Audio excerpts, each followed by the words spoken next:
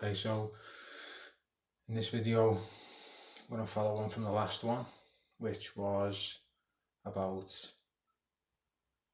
witnessing the thoughts that are to do with anxiety, and rather than being consumed by them, so to speak, is just to watch them as they do what they do, begin to get familiar with their nature. As also covered in previous videos,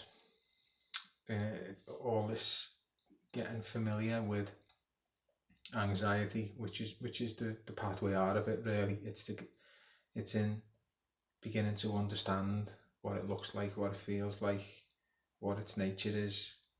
That's how we can distance ourselves from it. That's how we can let go of it. So in previous videos, it was about witnessing that as physical sensations, which is primarily what it is. Any emotion is an energetic happening in the body, and anxiety is no different. It's also a range of physical symptoms, if you like. So we spoke about the anxious mindset brings maybe a faster heartbeat. It's you can actually feel how different your body feels when it's the recipient of the adrenaline and cortisol chemicals which are being released during anxiety. Just that energetic state, just that alertness. It's like every cell has got an extra 20, 30, 40% alertness, contributing to the whole of the body feeling that much more alert. The palms, again, sweaty palms, tight stomach, like a knot in the stomach. For me, I mean, that was unbelievable when I realised that I'd been carrying a knot in my stomach for not just days, weeks, but months. And then actually being able to pay attention to, oh yeah, there's tension there in the stomach, like an inability to let that go. It's like a vulnerability in letting the stomach and the pelvic region actually relax. So as you're on your journey of getting used to helping yourself with anxiety, so this is the place. It's all about observing whatever it is. So whether that's thoughts, physical sensations, or emotions.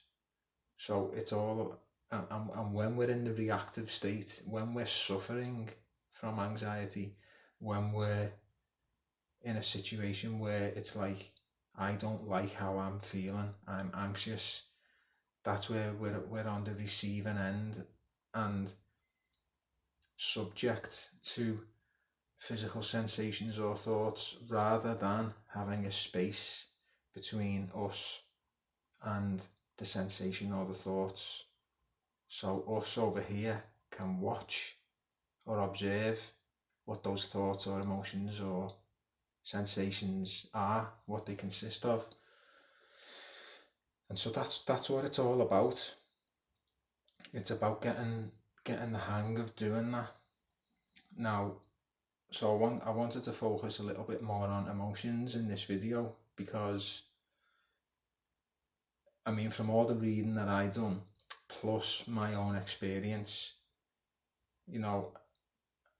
I just understood that behind all my anxiety and how that all manifested into something, really bad, really terrible and uncomfortable, there was just loads of unfelt emotions which at one point, just came out. It comes out in tears. It comes out. It's just like a big release. It's just so surprising. It was just unbelievable to me, like how much was there. I think, and it was. I remember the first time where there was just loads of tears, and I didn't plan on it. I phoned someone to explain why I couldn't do something. I was about to go and do something which was regular. This person, relied on me, and I just had to say, look, I can't do this anymore, because I think I was about to go into hospital to see what was going on. And as I was about to tell this person that, I just went into uncontrollable tears. And I never ever would have guessed before that behind all the anxiety and all the fear and all the panic and the panic attacks was emotion, was sadness. So it planted a little seed there. And the journey since then has always been about, nowadays I know if I'm not feeling right, or if I'm feeling anxious, or if I'm feeling anything uncomfortable, I know that behind that somewhere there's an emotion that I haven't checked in with. So checked in with, what do I mean by that? So well, first of all, you have to acknowledge the way that you're feeling. This is like the first step in becoming the observer of sensations, thoughts, or emotions. Actually acknowledging that there's something there, because with anxiety especially, it's like you're running away from it all the time. It's like, I don't want to feel that, I don't want to look at that, I don't want to, it's the resistance to it, which we spoke of in another video, which actually fuels it. It's this unwillingness to want to look at it, and when I say look at it, that means feel it. And that also means, the first part of that is acknowledge that it's there. It's like admit, in a kind of way. It's like, okay, I'm anxious, I'm feeling something, I'm uncomfortable. So it starts with that. It starts with an acknowledgement that it's there. And it's the same with all uncomfortable emotion. You have to acknowledge that it's there, and then you have to take that step. You have to take the step of willingness, shall we call it. It's okay, I'm gonna feel it now. Okay, how do we feel? Feel isn't like, okay, I can feel that. It's a willingness to let that emotion be there without trying to push it away. Now, sometimes that opens the floodgates, and you do, and this is why people don't do it, because it's uncomfortable.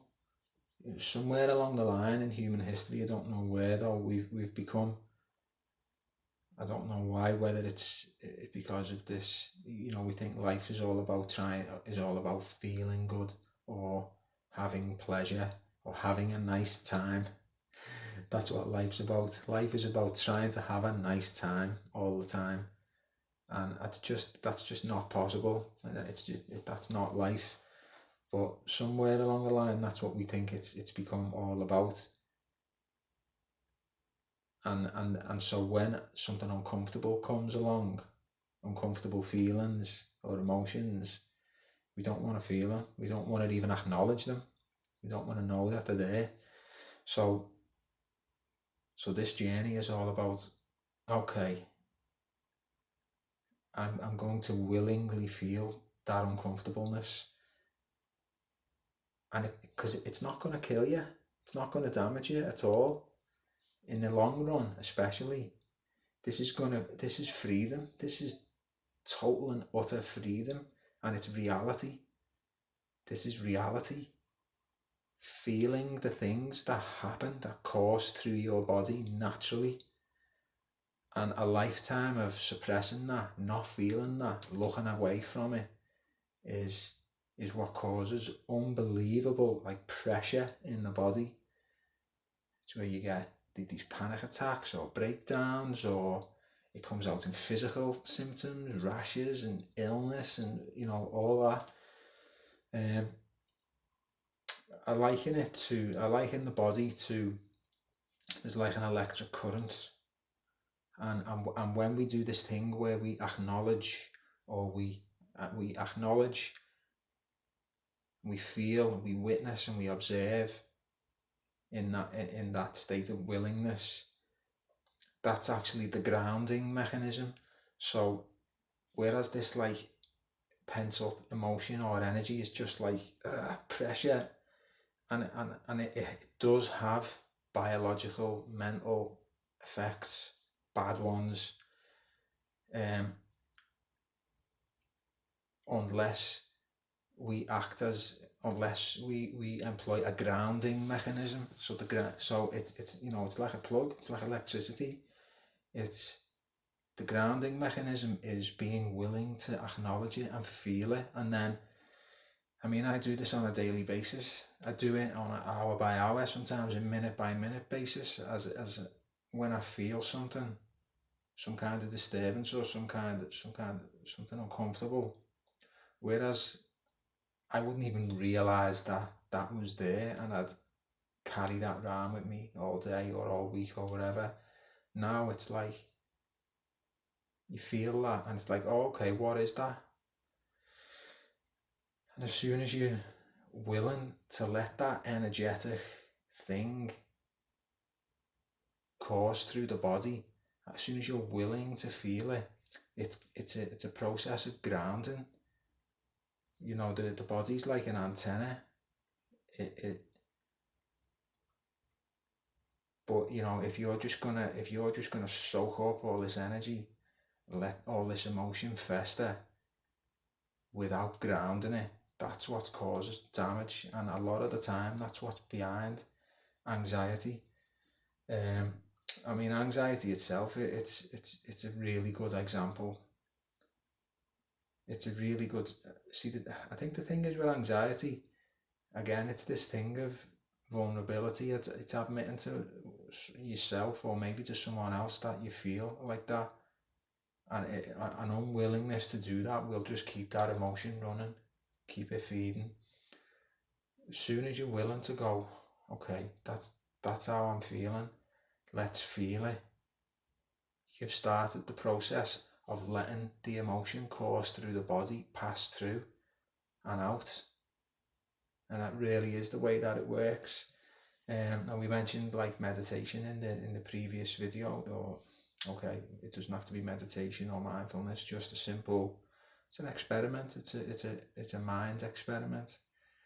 The simple active breathing, focusing on the sensation, and then watching them thoughts